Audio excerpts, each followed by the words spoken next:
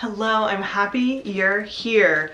We're going to try something out. We are going to do a reading vlog. We are going to follow the journey of me reading book 5 of the ACOTAR series. We've got here A Court of Silver Flame from the library. It's due back pretty soon. There are 751 pages in this book. I read A Court of Thorns and Roses back in November. I saw that a friend had read it, so I was like, okay, I've heard of this book, I've seen this book. I don't watch a lot of book talk recommendations or like understand really the hype around these books. So I read the first one. I enjoyed it. I read it very fast. I read it in about 5 days. So then I was like, I will keep reading this series. Just ate it right up. Spent a couple days just curled up, ignoring the world. And then I read A Court of Wing and Ruin, and I was enjoying it. I liked the sort of war aspect of it. And then it got to the end, and I was not a fan of the ending. I thought that it was very easy. I don't think that there was enough hardship left on the characters after that. I kind of fanficked an ending that made more sense to me. One that actually allowed main characters to die and move on. Just the whole different ending in my brain. Don't get me wrong, I still enjoyed the read, but I thought the ending could have been better. I was not a huge fan of the ending. Then I read A Court of Frost and Starlight. For some reason, that book, even though it's the shortest, took me the longest to read. So I am of two minds going into this book. I know that this is the Nesta book. I know that there is a lot of Nesta and Cassian plot happening. I know that there's going to be a lot of spice in this one. I've heard it said that maybe it's a little too spice heavy, but I am excited to see a story from somebody else's perspective, because to be honest, I was getting very tired of Feyre. I was getting very done with that plot line. I was really done with Feyre and Rhysand. So I'm hoping that this book is really going to reignite my feelings for the series, since it fell off at the end of the 3rd book for me. So we're gonna read this. We're gonna see if this reignites my feelings about this series. Also, the library that I've gotten this from had this mismarked as a YA book. And you can see where that YA sticker has then been covered up by another sticker. So that's what that is. Okay, it's a little late, but I'm finally starting the book and we're not going to get very far, but just initial thoughts. This map is so much prettier and more detailed than the maps that came before it. I mean, I don't think that there's anything really new that I can notice. It's just prettier. Is there something I'm meant to learn from this map? I don't know, but we are getting started. I'm excited. So in that first reading session, I only managed to read 1 chapter, but I feel adequately caught back up. I am on Nesta's side. She clearly hates herself. Was Nesta ever my favorite character in the other ones? Not particularly, but we're getting more of like the understanding that she's not been a great character or sister. But I'm on her side. Like, Feyre, shut up. Leave me alone. Let me wither away in peace. So now we're off. We're off to the camps. We'll see how that goes. I mean, I know some of what's gonna happen. I need to put a little bit more into this. I don't know why, I'm just feeling like I'm in a slump. See, first page of chapter 2. Get lost, Feyre. Just let her. Oh my gosh. Leave her alone. I hope she kicks your ass one day. I hope she absolutely launches you into next week. I'm so annoyed. Okay, we're on page 134. They're just now realizing, oh, there's a fighting ring at this place we're making you stay. Let's do it here. We haven't gotten to, I don't know if she's actually gonna fight yet or not, but fucking duh. Why did it take this long? Hi.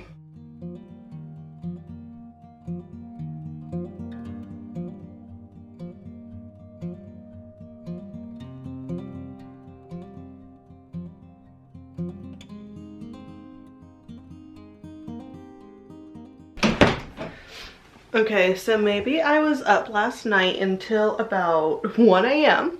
reading.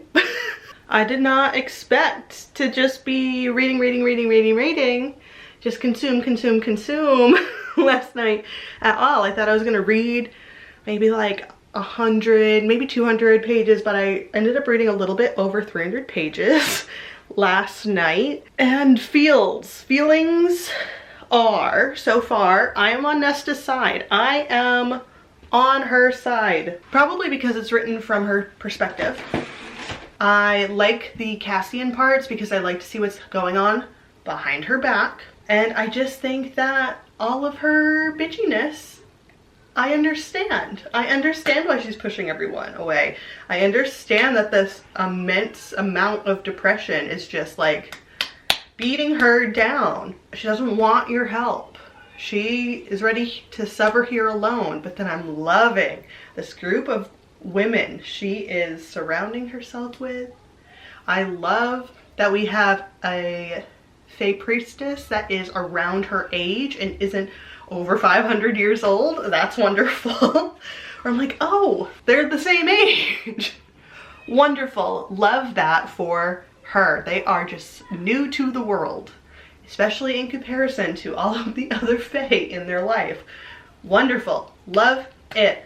Loving Emery, loving Gwen, loving the other fringe priestesses that are there for combat. I just finished the scene last night. Where I left off last night was they were doing sword stuff for the first time. And she was just like, never again, never again, never again.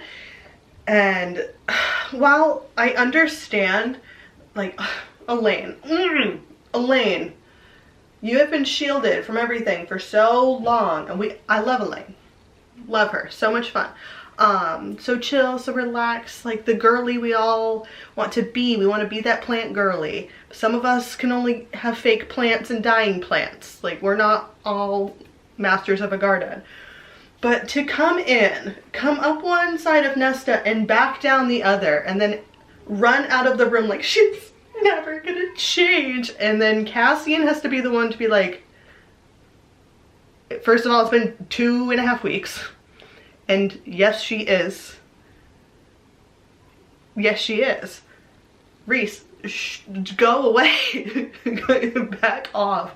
I love that Nesta's like, Reese, and good to see you. Can I help you with something? And they're all like, she's like, fucking kill me, dude. I don't care. I don't care. Do it. I just love that she's just like, not interested in bowing to you, respecting your power. I know it's a lot. I know what you could do to me. Do it. Do it. Feyre's protection won't happen forever. I don't care. And I love that because I am in the era of like, Feyre and Reese, just go and have your child. Happy for you. Happy for you. Go, go, go, go. And they're upset at Nesta for not seeing Elaine's part of her trauma in the war. Yes, valid. She's kind of drowning over here in her own trauma experience. The trauma was not actually, doesn't feel like to me, even though it says it in the book. Nesta's trauma is not the fact that you had trauma. Nesta's trauma is that she tried to help and then fucked it up, felt like she fucked it up, and now she's like, I can't do that again because my help actually made it worse and put you in danger. And Elaine's like, listen, I know I was in danger, but that's my trauma, not yours. And it's like, that's not the trauma I'm traumaing right now. My trauma is that I can't do this. I can't do this. I don't want the pressure. I'm sick and tired of the pressure to be perfect ever since the day I was shot out of my mom. I'm done. I don't want this pressure. Stop asking me to do shit. I don't want to. But now I've got to, because that's the fucking hero's journey. So now we're building. We're building. Building, building, building. And I'm here. I'm here for her journey. And I understand that a lot of like the nipping between the sisters could be so avoided if everyone just chilled out for a second. But I also think that that is a family, and being in these traumatic situations, and Nesta finally being like, oh, I failed you. I failed you. I'm the oldest. I haven't done anything. I'm useless. I haven't been able to do my job as an older sibling through all of these things. Why try now? Why? Why? Why? I have no internal value of myself. So I'm really enjoying it. I'm having so much fun. And of course there's the scenes between Nesta and Cassian, which is like fine. Not really like what I'm here for. In the grand scheme of things, I like the plot to be plotting. But yeah, having a great time. That is just kind of my feeling so far at literal midpoint. According to Storygraph, we are 53% of the way through the book. I will do another reading sit tonight at the detriment of my sleep. So I'm excited when I can actually sit down and give the book a little focus. We got a little bit more time before we can do that. Having fun isn't hard when you've got a library card.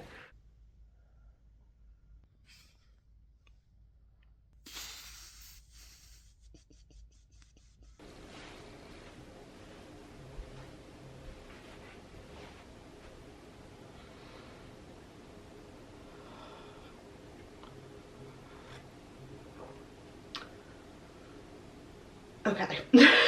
I have not slept. It's been 2 days in a row of going to bed at 1 a.m. because I can't stop. That's what I really enjoy about these books and about her writing, is it's just so quick to consume. The experience of it is very fun. If you haven't quite gathered yet, I am here for the vibes. I am here for the vibes of a book. I am not looking too hard into it, and I will probably forget what happened next week when I'm on to the next book. A good book, I can't put it down. I just want to read it, consume, consume, consume. It does not need to be the most technical, best, thought-provoking piece of work, as long as I enjoyed my time reading it. Having a great time. Having a great time. As you can see, made some progress. I'm about to start chapter 64, and we are officially in part 4.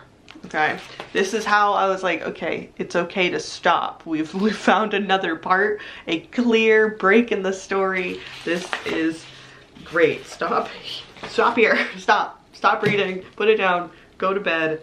We have to take the kid to school tomorrow.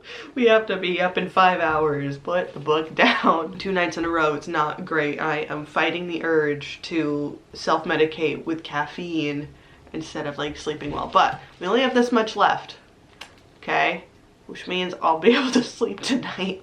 So tomorrow would be a bit smoother. Obviously I read like so many pages last night. Things happening, training, great. I had the feeling that her and Cassian were mates since she stepped foot out of the cauldron. The like human meeting, I kind of chalked that up to her being attracted to a fae, and that like really conflicting with her, and her being like upset with herself about that. But I'm feeling like, is this gonna be 3 sisters for 3 brothers? Is Elaine gonna deny her mating bond with Lucien and be interested in Az? Fine, but please can we give Lucien a break at some point, please? I really like him. Can we give him like, throw him a bone? Throw him a bone at this point, come on. I hope it's not a villain origin story. I just want what's best for Lucien. Hopefully when he starts to realize he's the heir of a court he had no idea he had affiliation with. That might be fun for him. So the three friends, Nesta, Emery, and Gwen, have just been abducted for the blood rite, and I already knew that that was coming. I knew that that was a thing, that was a spoiler that I had seen. But I had thought that it was the three sisters. I had no idea about Emery and Gwen. And obviously once this story and like they've become really close and they had those little charms done, which I think are gonna come up when they try to find each other in the rite. I think that's gonna help when Nesta put a little wish into those. I think those are gonna help them find each other. I think we're gonna have a good ending with at least that part, at least like the blood rite and getting to the final stone on the peak together.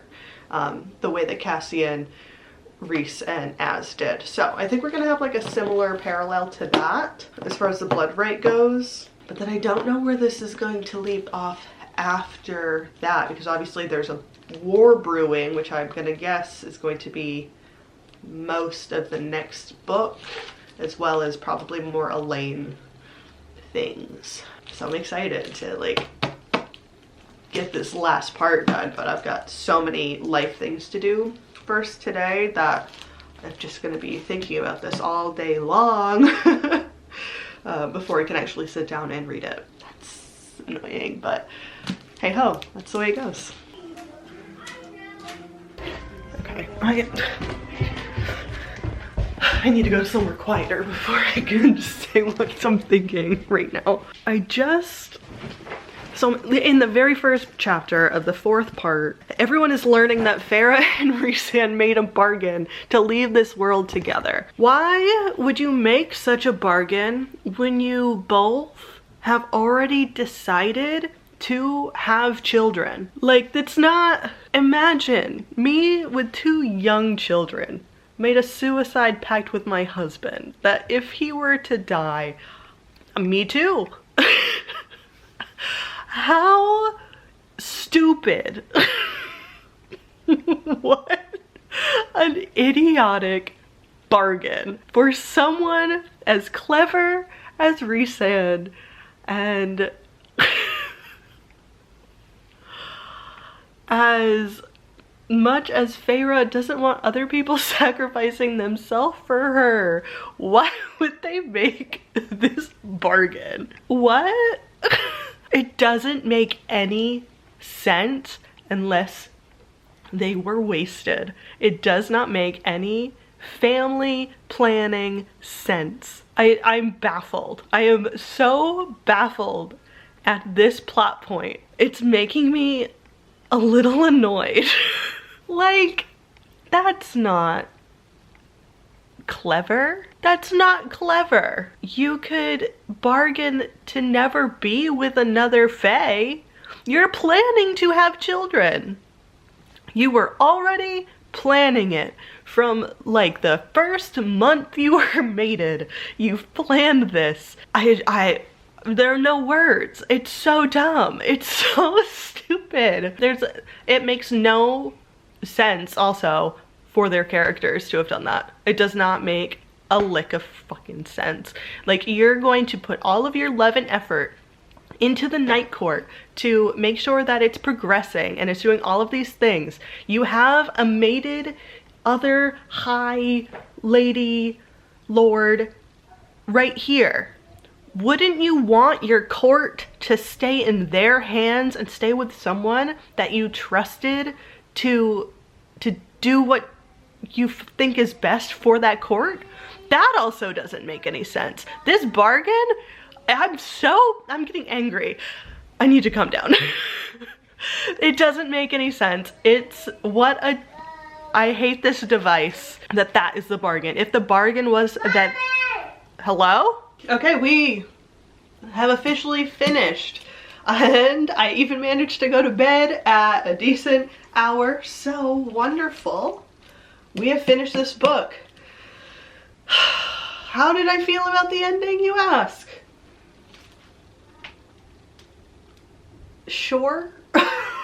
That's a choice. That's an ending. I feel like whenever I read, I'll be right there. I feel like whenever I read a fantasy book, I am not looking for the perfect ribbon tied bow ending. Even if the author is never planning to revisit the series or add more to the series, whatever, I don't need a perfectly tied up ending. It's the same thing with like too detailed of a perfect ending epilogue. Like I'm not interested in that. And I can understand why some people would like that. They would like to have the conclusion part. I felt like this was too much of a conclusion. The fact that they couldn't do a C-section was baffling to me. And so after I finished this book, I did some scrolling about some other people's feelings on the book as well, mostly through like Instagram, and they felt it was very Swiss cheesy, a lot of holes going on, and I understand. And again, I'm here for vibes, and I guess in my search, like the scroll, I guess it does explicitly say in one of the other books was when they made the bargain to die together, made the suicide pact, which like fine, but also because I'm such a vibey reader, I don't really remember. I just know how I felt inside when I read it. But I still stand by it. It doesn't make any sense, especially if they're trying to change. Again, I'm not going to rehash everything I said about that, but if I'm trying to rebuild something and have children with you, I'm probably not going to have a suicide pact. It just felt too convenient. Same thing with this no C-section. Felt too convenient. Nesta giving up her powers, but still having something we don't know what. Fine. I did like the detail about how, like, because she was able to save them, that like Rhysand keeps like giving her too many gifts, and she's like, enough, please. I'm good. Just lavish mating ceremony, please. And he's like, done, whatever you need. She's like, yeah, just can we not make this a big deal? Let's not make this a thing. I don't want the attention in that way. So I did like that detail that he's like very indebted to her, but I just didn't like how we got there. I'm like, it was the same thing from the third book where Rhysand is giving all of his power to break the cauldron. I don't think that that's how that should have gone. I fanficked that. Same thing, and then was brought back. And Amren was also brought back, and I'm just like, it's too neat for a fantasy series. And also, as everyone else has said, Cassian was totally split apart, guts hanging out, could be healed. Feyre can't have a C-section. And then other people saying, oh, they haven't had children for years and years. The whole point of Valeris, like, I understand that they're not, I don't know how to pronounce any of these things. Illyrian. Just because they're not the warriors with the wings, they're still having babies in Valeris. That was the biggest thing, where Lucien was like, I hear people in the streets having fun, and I hear children, like there are kids here. And then someone was like, they haven't had children for whatever many years, and I'm pretty sure it had said, I'm not gonna be able to find it. It had said that Gwen is 25, not 25, Nesta's 25, Gwen is like 28, and her whole thing was that she protected the children, and that's how her sister ended up dead in front of her. It's because she didn't reveal where the children had gone. Children! And this happened, and she is 28, and she's been at the library for 2 years. So like, it's not been hundreds of years without kids. Like, they've had kids. Then the fact that like you wouldn't even try just shifting your hips around your own baby, it didn't make any sense. It was very hard to like vibe with that part, but all the rest of it, had such a great time going through the blood rite with them. I love the three girls. I love the Nesta, Gwen, Emery of it all. Loved that. Again, the endings though just feel so forced to make them like tied up and beautiful. But overall, vibed well. Gave this a 4.5, which is below Mist and Fury, but above Wings and Ruin. So I had fun. Lunch is done, so I've got to go. Thank you guys so much for watching this video. I hope you liked this little read-along style. I want to do more. I want to read Fourth Wing, and I have an ARC book that I need reading. So if you're interested in sticking around for that, don't forget to subscribe, and I will see you in the next one. I've got to go get lunch. I'm coming!